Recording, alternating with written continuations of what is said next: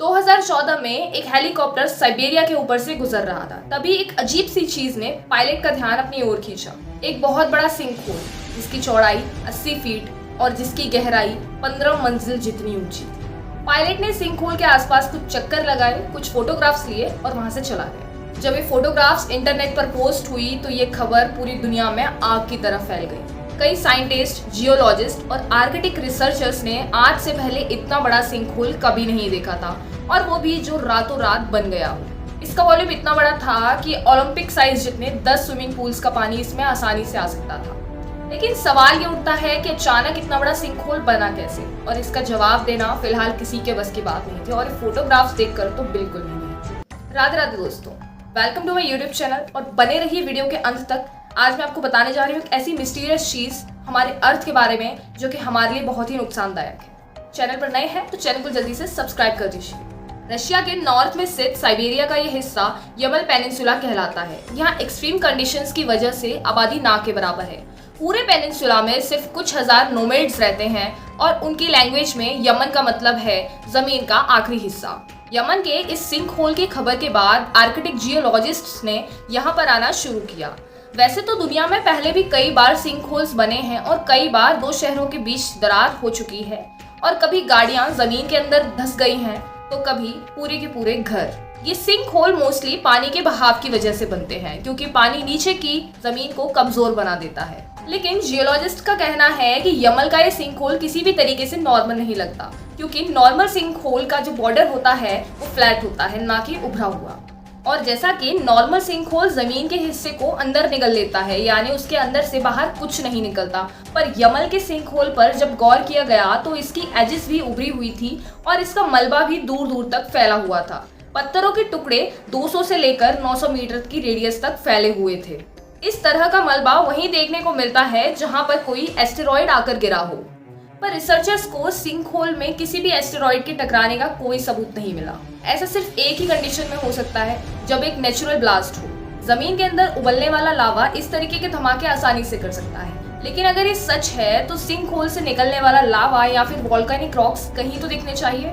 इस sink hole के आसपास काफी सारे पत्थर तो पाए गए, लेकिन वोल्केनो से इसका कोई भी कनेक्शन नहीं है।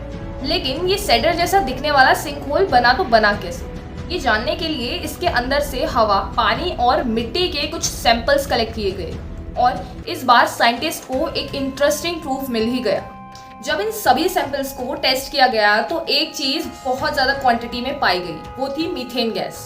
नॉर्मली घरों में खाना पकाने के लिए यूज की जाने वाली गैस यही मीथेन गैस होती है, जो कि हाइड्रोजन और कार्बन को मिलाकर बनती है। लेकिन अगर मीथेन गैस ज्यादा क्वांटिटी में हो तो एयर के कांटेक्ट में आने से ही इसमें आग लग जाती है। अब इस बात के काफी ज्यादा चांसेस थे कि ये सिंक होल जमीन से निकलने वाली मीथेन गैस की वजह से बना था।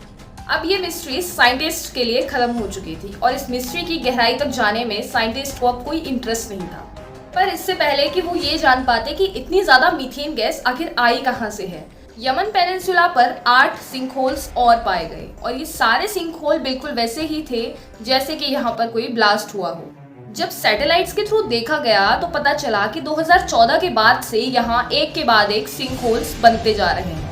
तेजी से बनते जा रहे ये सिंक होल्स आखिर किस चीज की तरफ इशारा कर रहे थे? साइंटिस्ट इस बात को जानने के लिए और ज्यादा परेशान होने लगे। लेकिन इससे भी ज्यादा परेशान करने वाली बात ये थी कि सिंक होल्स का कनेक्शन क्लाइमेट चेंज से था।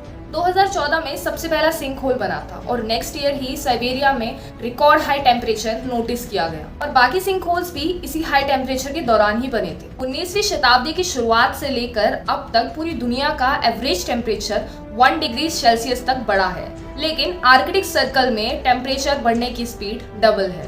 तो अब साइंटिस्ट ये सोचने के लिए मजबूर हो गए कि आखिर क्या कनेक्शन है इन सिंक होल्स का क्लाइमेट चेंज के साथ, और अर्थ का फ्यूचर क्या होगा अगर ये सिंक होल्स एक एक करके ऐसे ही फटते गए तो। एक तरफ यमन में सिंक होल्स पर रिसर्च चल रही थी, वहीं दूसरी तरफ यमन से बहुत दूर आर्कटिक सर्कल में साइंटिस्ट की टीम को कुछ अनोखा देखने को मिला, जो शायद यमन के सिंक होल की पहेली को सुलझाने के लिए सबसे अहम कड़ी थी।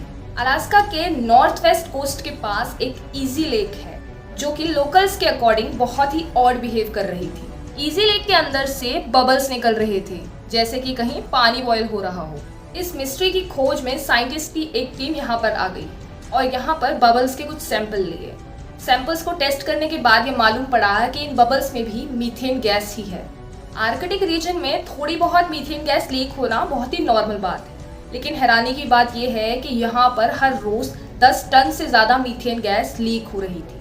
पूरे आर्कटिक रीजन में ऐसा पहली बार हो रहा था कि कहीं से इतनी ज्यादा मीथेन गैस लीक हो रही है। साइंटिस्ट ने इस बात का फैसला किया कि वो लेक के अंदर जाकर गैस के सोर्स का पता लगाएंगे कि कौन सी जगह है जहाँ से इतनी ज्यादा गैस लीक हो रही है।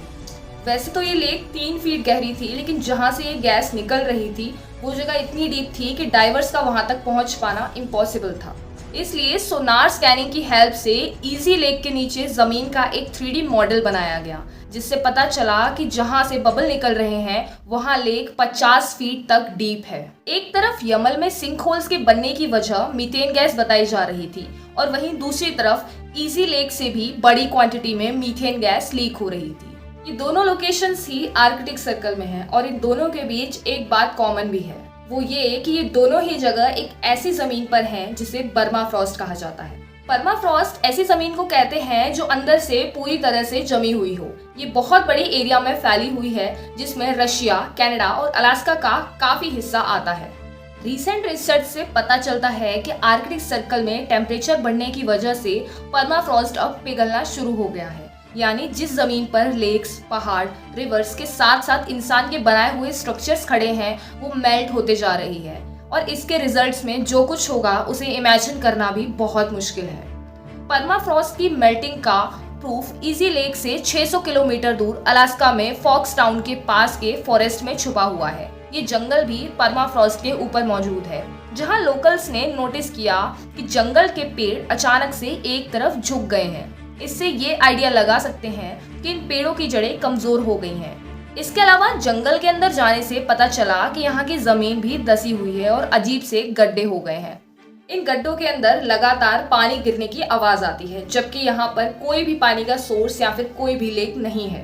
ये इतना बड़ा चेंज कई सदियों से नहीं बल्कि 2018 के बाद से शुरू हुआ है। लेकिन सवाल ये उठता है कि परमाफ्रॉस्ट के पिघलने से सिंक होल और मीथेन गैस का क्या कनेक्शन है। इस चीज को समझने के लिए फेयरब्रैंक, अलास्का में ही एक परमाफ्रॉस्ट के अंदर ही एक टनल खोदा जाता है। इस टनल के अंदर जमी हुई जमीन के साथ साथ पुराने दौर के जानवरों के ढांचे भी जमे हुए हैं, जिसमें मैमूथ, स्टेपल बिसन और हजारों साल पुरानी घास भी प्रिजर्व है। इससे ये पता चलता है कि परमाफ्रॉस्ट के अंदर ऑर्गेनिक मैटर की काफी ज्यादा क्वांटिटी है। ये तो आप सभी को पता होगा कि ऑर्गेनिक मैटर के अंदर कार्बन होता है। जैसे जैसे पौधे उगते हैं तो वैसे एटमॉस्फेयर में से कार्बन डाइऑक्साइड एब्जॉर्ब कर लेते हैं और जब ये सूख जाते हैं तो डिकम्पोजिशन के टाइम कार्बन की थोड़ी क्वांटिटी वापस एटमॉस्फेयर में रिलीज हो जाती है। लेकिन आर्कटिक रीजन में फ्रीजिंग टेम्परेचर की वजह से डिकम्पोजिशन का प्रोसेस बहुत ही स्लो होता है। इसलिए हजारों सालों के टाइम पीरियड के दौरान बहुत सारे ऑर्गेनिक मैटर अभी भी परमाफ्रॉस्ट के अंदर प्रिजर्व्ड हैं।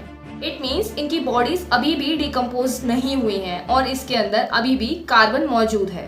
साइंटिस्ट का मानना है कि परमाफ्रॉस्ट के अंदर जितनी कार्बन की क्वांटिटी है उतनी शायद पूरी दुनिया में भी नहीं होगी। ग्लोबल टेम्परेचर के बढ़ने की वजह से परमाफ्रॉस्ट जैसे जैसे मेल्ट हो रहा है उसके अंदर का कार्बन यानी कि फॉसिल्स भी डिकम्पोज्ड हो रहे हैं। बैक्टीरिया इनके कार्बन को अपनी एनर्जी के लिए खाते हैं और फिर बदले में मीथेन गैस रिलीज करते हैं।